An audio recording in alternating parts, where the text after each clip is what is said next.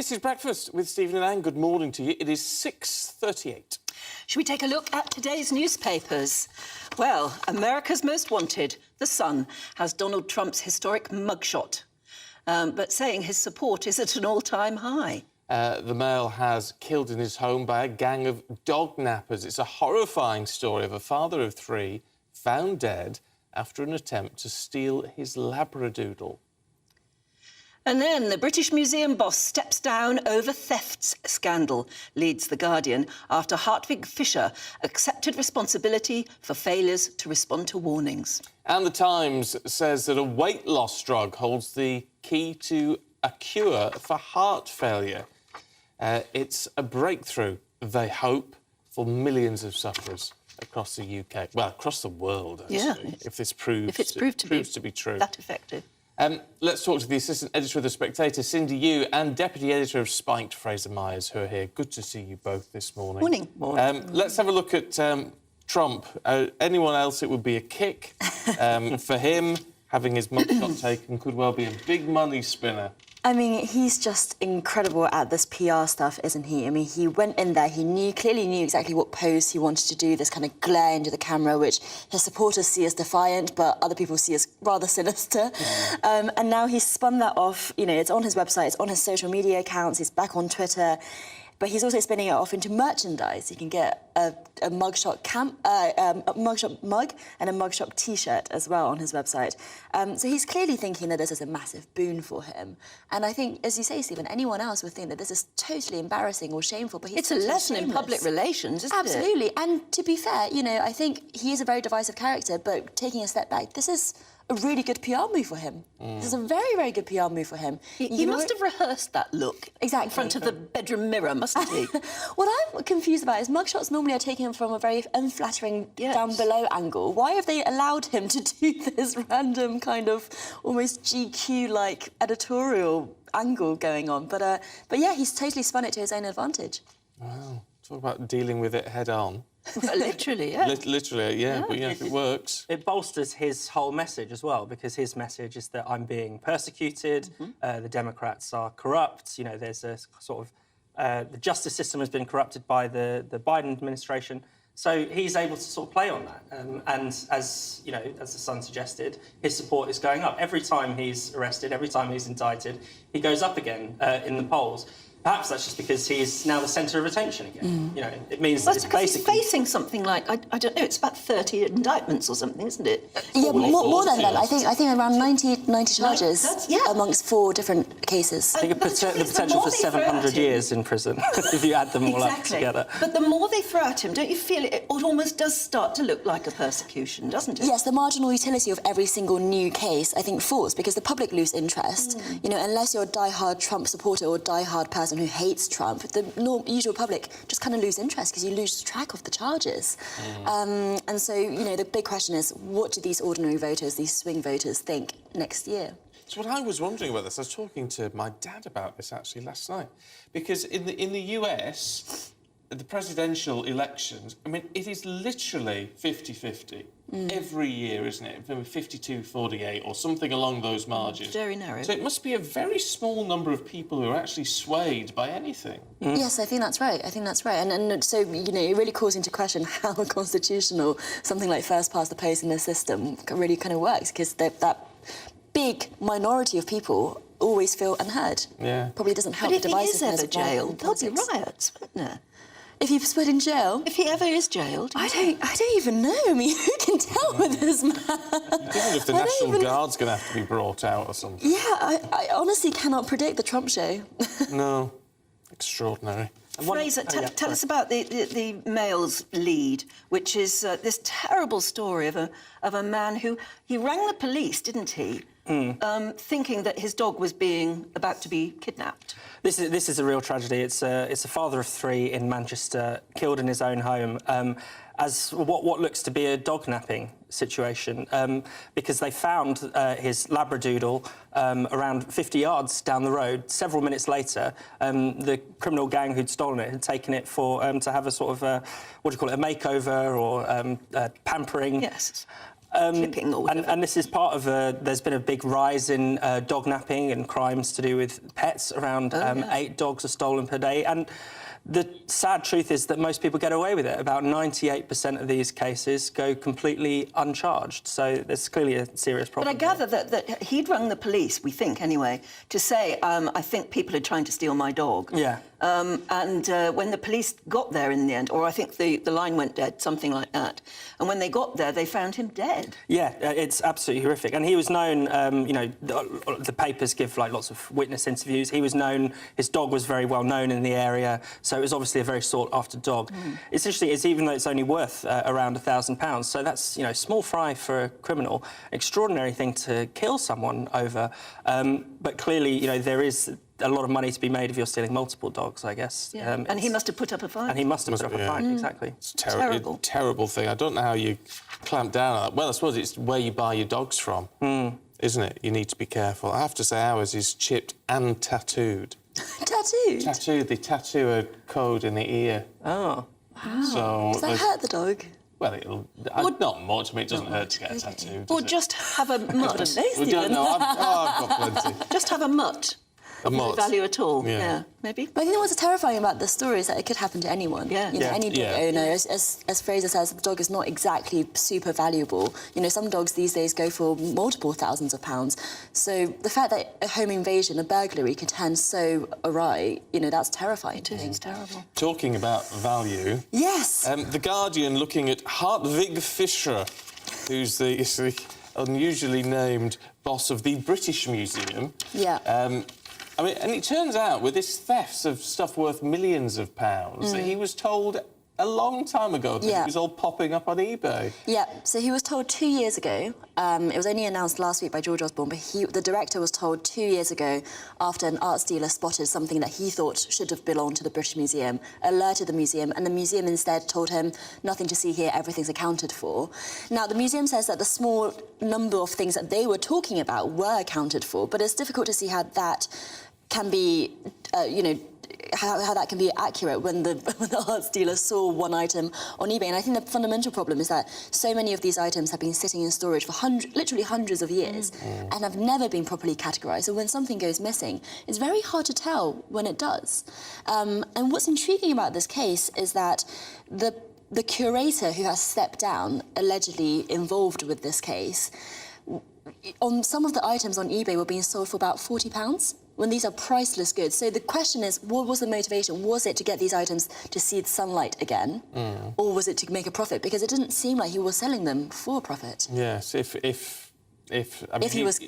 he did it. Exactly, yeah, I mean, quite. he's No, denied we should say it's not the director. The director is only stepping down because he should have been allowed. Should Well, by the have sound of known, it, yes. Yeah. Either he should have known or he was protecting his reputation and the reputation or they of should have the done a more museum, specific... rather than investigating properly. Exactly. He was very rude about the man who had alerted him to it as well. You know, and then he accused him of withholding information and things like that. So he's had to apologise to this person. But don't you think it's incredible as well? The reason that there's always been controversy over the British Museum having certain objects like the Elgin marbles, or goodness knows what, is that they say, we don't want to give them back to these countries because they don't know how to look after things like we do. Yeah. And I'm afraid, here, in this case...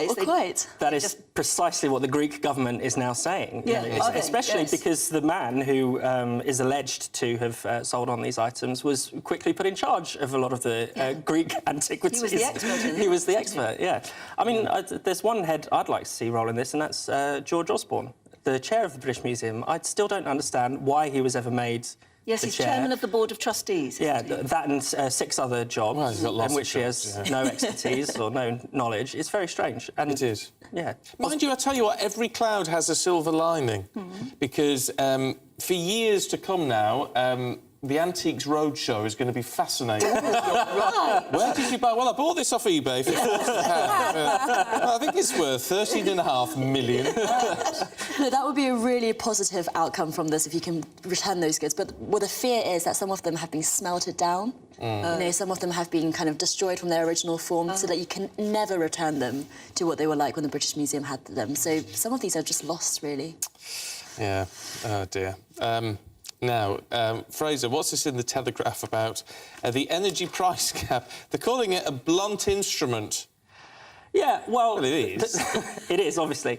So the price cap is coming down. A lot of people's bills will come down. Not everyone's, because the government's support is also coming down. So some people will end up paying more. The head of Ofgem is also warning that the energy crisis is by no means over. So the price cap could come down during the summer, during the autumn, and then go back up again in January if we have a particularly tough winter. So essentially, I think the underlying story here is that even though we've been worried about the energy crisis for over a year, the government really hasn't got a grip on the fundamentals. We can tinker around with tariffs and things like that, but our energy supplies are not secure. We're still, paying over the odds, having to pay for gas from abroad and things like that. So, yeah, we're in trouble. Oh, yeah. Well, there you go. Why is it... Everything seems to be a blunt instrument at the moment. Interest rates are a very blunt instrument, and a lot of people arguing they're not working at all. Everything's really blunt. Why can't we be a bit more focused on how we deal with these things? I think the problem is that the world is much more volatile now than it was when these blunt instruments were put in place. So the energy price cap arguably made sense before the war in Ukraine, because energy prices didn't change that much. And so it actually meant that consumers were able to be protected and not have too much rising energy costs. But now energy costs are going up and going down. The 3-month updating is just not quick enough to be flexible to give energy users the savings that they need, whilst at the same time, making some smaller energy companies go out of business because they can't pass on the higher costs either when the costs rise higher. So I think basically that what we're seeing is a lag effect. As Fraser says, the government is not reacting fast enough through legislation, and even Ofgem is calling for this to change, but they cannot change it themselves. It has to be the politicians who change it by legislation. Right. That'll take an inquiry that'll last months and years. Yeah, nothing will happen quickly.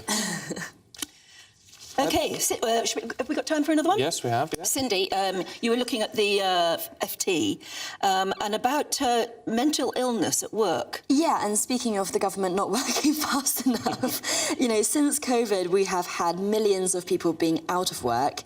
2.6 million cite illness, long-term sickness, as their reason for being out of work. And over half of those have mental health problems as their sickness, or as part of their sickness. And so the government in its autumn budget is going to try to tackle that through different incentive schemes. I mean, the FT article is quite light on details of exactly how that's going to happen. So I suspect this is just, what's it called, kite trailing, is it? Just to see whether or not people will be interested in this idea. But clearly, it's a heck of a lot of people, though, isn't it? Yes, exactly. And it estimates that we're losing around £16 billion a year through lost tax revenues and through extra welfare spending because of these people who are not in work, even though they could be if they were able to get their sickness, whether physical or mental, seen to. I mean, that's the thing, isn't it? It's the old argument, isn't it? But then it always reminds me of there's been this big push, hasn't there, to get the over 50s back into it, those who pulled back from working during COVID and said, well, I don't think we need to do it anymore. And they're trying to get those people back into it. And I sort of think, well, why bother if they've decided they don't want to work and they can afford not to? If they can afford to retire, you'd think let them retire. I mean, the long-term sickness issue is a real tragedy, especially if you think about... I mean, some of these people, it's complicated because their mental health problems are caused by other sicknesses that then compound themselves. But we used to recognise that actually, not working was a leading driver of mental health problems. Yeah. There's nothing worse than people being, yourself, for being idle and being out of work. You think that it's like we've kind of got things the wrong way around. Some of these people need to go back to work to feel better. Even the CEO of Zoom was yesterday saying to his workforce, come back into work. I mean, which is extraordinary. But he said it's much healthier for you to be in work than on a Zoom. Absolutely. People need to have a sense of purpose. People need to be around other people. We're social animals. I'll tell you what we need to do, because we keep saying we need to get more people back into work. Why aren't we focusing on people with a disability? There's lots of people with I know some people are off because of their disability. There's loads of people who are disabled, and often those who were born disabled, who really want to get into work, but they can't find the opportunities. Yeah, workplaces being inaccessible, not having that kind of human... I mean... I know it takes a bit of extra work. Yeah. I mean, I have a friend who's very severe cerebral palsy, and he does have issues communicating, but you can learn to understand what he's saying. I've never known anyone. He's bright as a button. Yeah. He's so bright. He needs to be working. He's got so many We're good missing ideas. Yeah, but I mean, that's a tougher question. That's a tougher problem for the government to deal with. And this government is clearly not good at dealing with the smaller problems, let alone the tougher ones. But yes, absolutely, Stephen. And then when it comes to the sickness, you know, it is just about... Mel Stride recently, I don't know if you saw the Work and Pension Secretary said that over 50s should get on their bikes and go deliver Deliveroo if it gets them back to work so flexibly. And then lots of people are saying, well, I don't want to do that when I'm over 50. That's the last job I'd really want. No. Yeah, exactly. But we do have a records jobs vacancy shortage in this country. So either we get more people or we get more immigration going. But it doesn't seem like some people want either of those things. We'll make working more attractive. We've only got a minute left. What do you think, just about this Luis Rubiales about the kiss. Spanish kiss situation? Because Graham says, I think it was over-exuberance at a very emotional time, but if he'd apologised properly, it would have calmed down. Paul says, I back the women on this. You see male players kiss after a goal, but this kiss was out of context and looked forced to me. He should resign. What do you think? I have to say, I'm not normally a football watcher, and also I don't know about the Spanish culture, but it does seem bizarre to have an exuberant kiss on the mouth in a professional setting. Yeah. You might go for a hug. I think it's fine to let your passions take you away, but you do also have to then say, you know, sorry, I got that wrong, and he's refusing. Probably a bit too defiant, especially after she's come out and said, I didn't want this. Of what sort of man he is by the fact that he also did a crotch grab when they won. I mean, it was really inappropriate, especially as he was about 3 people away from the Queen of Spain. But not nice, not a nice man, I don't think. Well, anyway, Cindy, Fraser, thank you very much indeed. Let's have a look at the weather with Alex.